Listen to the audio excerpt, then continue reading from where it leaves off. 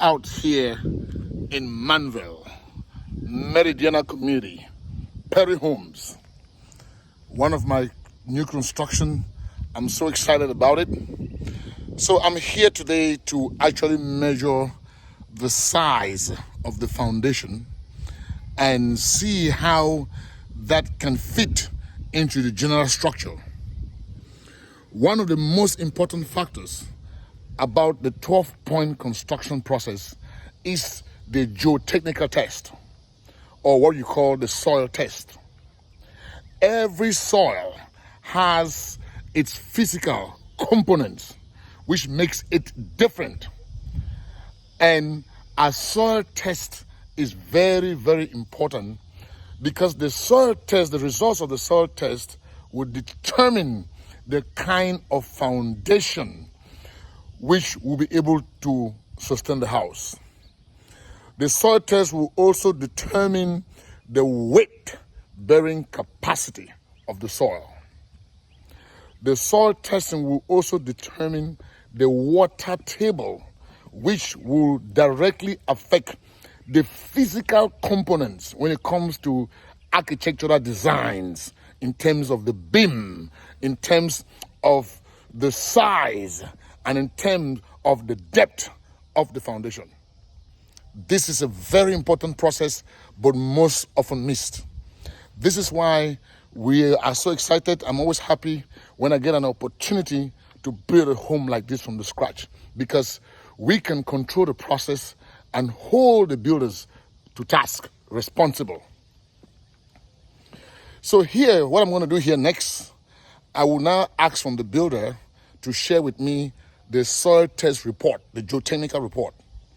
When I get that report, I will then be able to determine what kind of foundation the builders have actually poured in here. That is why sometimes when you get into a home 1 year, 2 year, the floors start to crack, the walls start to crack, and that is why we have foundation repair companies. They are there to make money from people who do not understand and manage this process of the soil testing.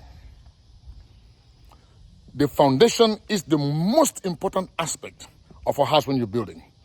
But do not just pour foundation. Make sure you understand the physical and the technical components of the soil. No two soils are the same. Each soil has a different technical configuration. Another thing to consider is the environmental factors. What kind of soil? Does it have gravel beneath? Does it have stones beneath? Are there big trees beneath whose roots can penetrate into the house? All those things are very, very important. So, understanding the geotechnical test will give you an idea of what kind of foundation. Is it a bat foundation? Is it a raft foundation? Is it a strip foundation, or is it a strip beam foundation? It all matters. So once I get the geotechnical report from the builders, I will be able to decipher if the foundation of this house is actually what can sustain, on how we can mitigate risk in terms of structural, mechanical, and the plumbing. One of the main components of a soil test is what we call a soil compaction. So the soil will be stressed out to the maximum to determine the capacity of the weight of building that it can hold. When this soil is stressed out and becomes wet, what happens? It swells out, and that's when you see fraction. And then when the soil is compressed, what happens? It shrinks, and that's where you also see cracks.